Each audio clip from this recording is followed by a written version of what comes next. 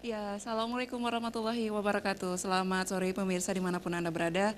Senang sekali rasanya bisa berjumpa kembali bersama saya Agustiada di Special Talk Show. Dan sore hari ini saya langsung memperkenalkan narasumber saya sudah hadir ketiga ibu-ibu yang pastinya ini ahli di bidangnya. Kita langsung kenalan saja. Selamat sore, Assalamualaikum. Untuk Ibu Elvira Wahyuni, AMD Cap SKM selaku Kepala Bidang Keperawatan. Waalaikumsalam warahmatullahi wabarakatuh. Sehat ya Ibu ya? Insya Allah. Terima kasih banyak Bu sudah datang di Iya. ACTV dan Assalamualaikum untuk Nurse Rahmawati Eskep selaku Ketua Komite Keperawatan. Assalamualaikum warahmatullahi wabarakatuh. Baik, terima kasih juga. Dan terakhir ada Nurse Darisma Eskep selaku Perawat Fungsional dan Kepala Ruang Rawat Ar-Rahman. Ini kenapa masih tegang sekali nih ibu-ibu? Ini baru segmen pertama tapi ibu-ibu sudah pada tegang semua. Kita santai. Iya. Kebiasaan para ibu-ibu ini kan suka ngegosip. Nah, hari ini kita akan ngegosip hal yang pastinya positif ya, dan ini juga akan memberikan edukasi informasi seputar kesehatan untuk Anda semua pemirsa. Karena sore hari ini kami akan membahas topik pelayanan keperawatan yang Islam di Rumah Sakit Umum Daerah Meraksa, Banda Aceh ya. Nah, istilah rumah sakit syariah ini merupakan istilah baru nih pemirsa di dalam dunia kesehatan atau dunia kerumah sakitan. Nah, selain karena belum adanya undang-undang atau nanti kita akan membahasnya yang mengatur secara khusus tentang rumah sakit syariah sebagaimana perbankan syariah. Nah, istilah rumah sakit syariah ini juga bisa dikatakan sebagai istilah yang masih menjadi ambigu jika disejajarkan dengan istilah yang sudah lazim orang dengar yaitu rumah sakit Islam. Ini mungkin ada perbedaannya, nanti kita akan bahas. Dan pastinya juga kami di segmen kedua juga dan segmen ketiga nanti membuka line telepon interaktif ya. Kita langsung kenalan dulu untuk tadi Ibu Elvira. Ibu, nah tadi Ibu sudah ngangguk nih. Ini ada dua perbedaankah atau bagaimana dengan istilah rumah sakit Islami ya, rumah sakit syariah atau yang berbasis syariah. Nah, ini perbedaan seperti apa Ibu? Ya, sebenarnya sama saja ya. Mengapa kita menyebutkan syariah? Kita tahu Aceh ini kan semuanya sudah berbasis syariah ya.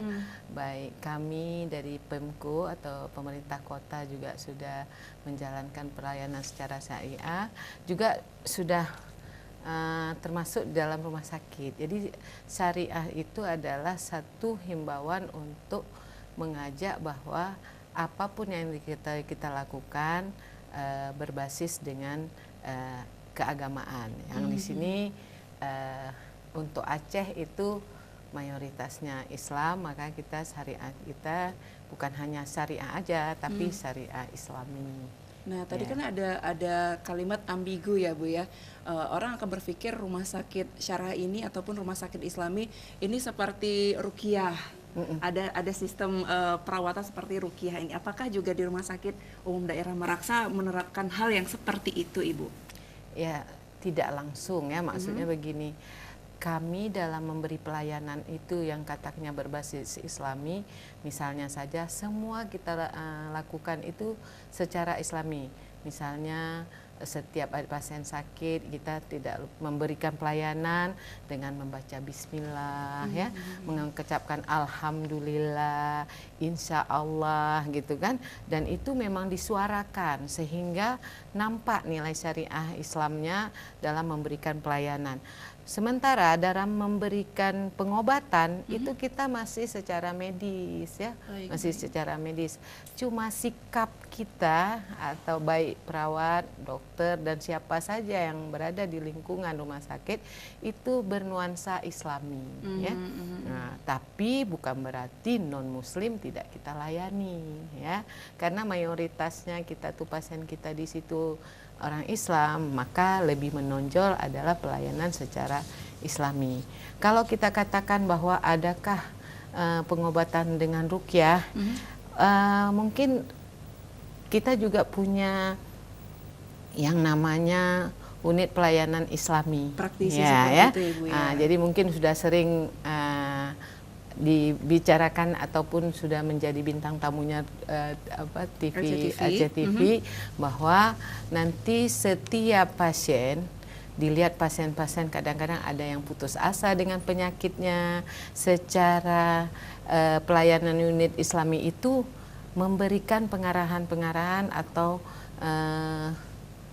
sebagai motivasi ya kepada pasien bahwa penyakit itu datangnya dari Allah, sehingga siapa yang mengalami mungkin sebagian dosanya akan terhapuskan misalnya kan, dengan memberi tahu doa-doa yang harus mereka baca setiap mereka mengingat kembali bahwa jangan putus asa lah dengan penyakit yang dia alami. Nah, itu yang kami lakukan, bukan maksudnya pengobatan secara apa, cuman berdoa untuk kesembuhannya, selain juga pengobatan secara medis. Oke, artinya memang pelayanannya seputar medis dan juga diberikan juga pelayanan seperti tadi praktisi spiritual membacakan ayat-ayat. Oke, baik. Dan juga untuk jangan khawatir juga nih pemirsa, karena Rumah Sakit Umum Daerah Meraksa juga ini membuka layanan untuk semua orang, artinya tidak memandang dia Islam ataupun non Muslim, artinya disamaratakan semuanya ya.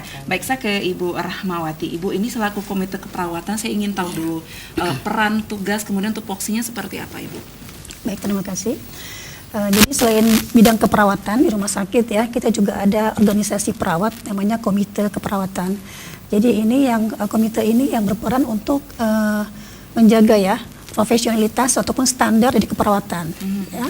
Jadi kita di sana ada sub-subnya kredensial, yaitu kita untuk melihat kelayakan seorang perawat untuk bertugas di suatu ruang tertentu. Jadi ada standar gitu ya, misalkan ruang anak dia harus punya kompetensi A, B, C, dan D gitu. Jadi kita di situ sebelum perawat ditempatkan di suatu ruangan, jadi kita memastikan bahwa beliau itu sudah kompeten di sana sehingga nanti keluarlah surat kewenangan klinisnya seperti itu.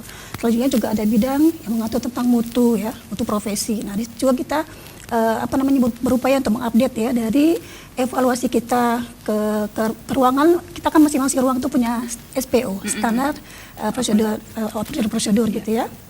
Nah, di situ kita mensupervisi ya, bersama juga dengan bidang keperawatan, sejauh mana SPO yang sudah ada, kebijakan rumah sakit yang sudah ada diterapkan di lapangan. Kalau seandainya masih ada yang miss, kita evaluasi, kita cari penyebabnya apa, kemudian nanti mungkin kita upgrade ya dengan pelatihan-pelatihan ataupun pembekalan yang lainnya. Di samping itu juga ada satu lagi bidang sub ya, sub untuk etika dan disiplin. Nah, di sinilah kita masuk ke syariahnya gitu ya. Jadi etika sih kan berkaitan dengan akhlak. Nah, jadi di situ kita membekali perawat kita dengan akhlakul karimah seperti itu. Jadi artinya memang perawatnya diberikan pembekalan semacam kelas etika seperti itu ya, Ibu? Ya, sudah kita lakukan tapi mungkin belum bertahap ya. Belum bertahap. Oke. Untuk evaluasinya sendiri ini dilihat per berapa bulankah atau berapa tahunkah? Untuk evaluasi keperawatannya sendiri, mereka sudah memenuhi SOP-nya sendiri atau tidak? Ya, memang kita idealnya di satu rumah sakit itu ya, pada saat perawat itu masuk, itu kan ada berkas-berkasnya, dia sudah melalui serangkaian ujian ya, baik kesehatan maupun juga kompetensi, skill dan juga pengetahuannya gitu ya. Jadi setelah dia melalui masa 6 bulan di orientasi, kemudian baru kita kredensialkan gitu ya untuk melihat kewenangan klinisnya itu. Jadi dia sesuai dengan sertifikat yang ada, ijazah yang ada, cocoknya di mana seperti itu ya. Perlu kita berikan kewenangan klinisnya. Tidak sembarang ditaruh, artinya memang dia sesuai dengan kapasitas idealnya dia seperti itu. Tetapi kita juga kembali melihat kondisi kita, mungkin karena perawat kita yang masih belum memadai, jadi kita pendekatan bertahap kita lakukan seperti itu ya. Oke, ini kita langsung tanya ke Ibu Darisma. Nurse Darisma, maaf. Ini tadi sudah menjelaskan keperawatannya sendiri, ada SOP-nya sendiri. Nah, kalau Ibu Darisma ini selaku perawat fungsional, kepala ruang rawat Ar-Rahman juga, apakah juga perawat yang ditetapkan ataupun yang ditugaskan dalam satu kamar ini sudah memenuhi SOP-nya sendiri? Kalau yang kita jalankan sehari-hari itu memang sudah ditetapkan dari bidangnya, dari komitenya sesuai dengan kemampuan dan kelulusan masing-masing perawat itu sendiri. Karena di salah satu contoh di ruang kami itu yang paling rendah tingkat pendidikannya D3 keperawatan. Yang selanjutnya profesi yang tingkat S1 keperawatan. S1 keperawatan. Ya. Tugasnya sama atau dibedakan D3 dan juga S1? Karena sudah dijelaskan sama Bu Rahma, karena kita masih kurangnya personil, tenaga keperawatnya. Jadi tugasnya itu hampir sama. Double job jadinya. Double ya? job, Oke. ya, betul. Jadi tidak ada masalah juga selama itu masih dijalankan Iya, sesuai prioritasnya sesuai sendiri. dengan profesinya sendiri. Baiklah, baik. keren sekali. Nanti di segmen kedua kami akan membuka line telepon ya pemirsa. Silakan menyiapkan ya pulsa Anda untuk langsung menelpon dengan topik kita di sore hari ini, pelayanan keperawatan yang Islam di Rumah Sakit Umum Daerah Meraksa Banda Aceh. Nah, kita juga ucapkan selamat untuk Rumah Sakit Umum Daerah Meraksa Banda Aceh karena terpilih ini masuk ke dalam kategori rumah sakit yang syariah ya Ibu ya. Ibu Elvira. Betul ya Ibu ya? Ini di tahun berapa Ibu? Baru tahun 2018 ini 2018. kita mendapatkan sertifikat dari MUI Indonesia. Nah, selain Rumah Sakit Umum Daerah Meraksa nih, yang lainnya juga adakah rumah sakit yang juga mendapatkan sertifikat tersebut, Ibu? Ada di rumah sakit provinsi yaitu Rumah Sakit Zainal Abidin. dan ada rumah sakit swasta lainnya yaitu Rumah Sakit Ibnu Sina ya di Aceh Besar. Nah, ketika MUI ini memberikan sertifikat, atas dasar apa penilaiannya seperti apa setiap rumah sakit, Ibu? Sebenarnya kalau memberikan sertifikat itu pengajuan kita. Kita setelah mempelajari bagaimana kita itu untuk mendapatkan rumah sakit bernuansa Islam atau rumah sakit syariah Islam, kemudian syaratnya apa-apa aja, apa yang harus kami lakukan, misalnya dalam pemberian makanan, penyediaan makanan yang harus ada label halal dan bekerja sama dengan MUI Aceh semua. Baru kita mengajukannya ke pusat. Nah, nanti kemudian pusat mendatangi kami, mengevaluasi apakah sudah layak untuk diberikan sertifikat. Betul. Gitu, Nah, dari pusat sendiri kan mereka mengirimkan tim audit ya Ibu ya untuk mengevaluasi. Ini butuh berapa waktu yang lama untuk menentukan bahwasanya ini Rumah Sakit Umum Daerah Meraksa sudah layak diberikan sertifikat? Ya, itu mereka ada 3 kali ya turun ke Bimbingan dulu. bimbingan 3 kali, kemudian terakhir baru kita mendapatkan sertifikatnya. Jadi Rasanya seperti apa Ibu? ada satu kebanggaan ya, karena mengapa? Karena kita lalui itu dengan banyak hal yang harus kita perbaiki untuk menuju ke sana ya.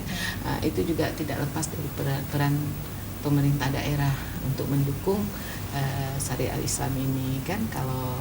Karena gini ya, apapun yang kami lakukan nanti kan ada terbentuk dengan SK, kebijakan. Jadi itu kita tidak sendiri, harus ada lintas sektoral lainnya yang mendukung keberhasilan kami untuk mendapatkan sertifikat rumah sakit bersyariah. Luar biasa sekali ya. Saya sering lihat memang di depan Rumah Sakit Umum Daerah Meraksa ini sudah megah sekali Ibu ya.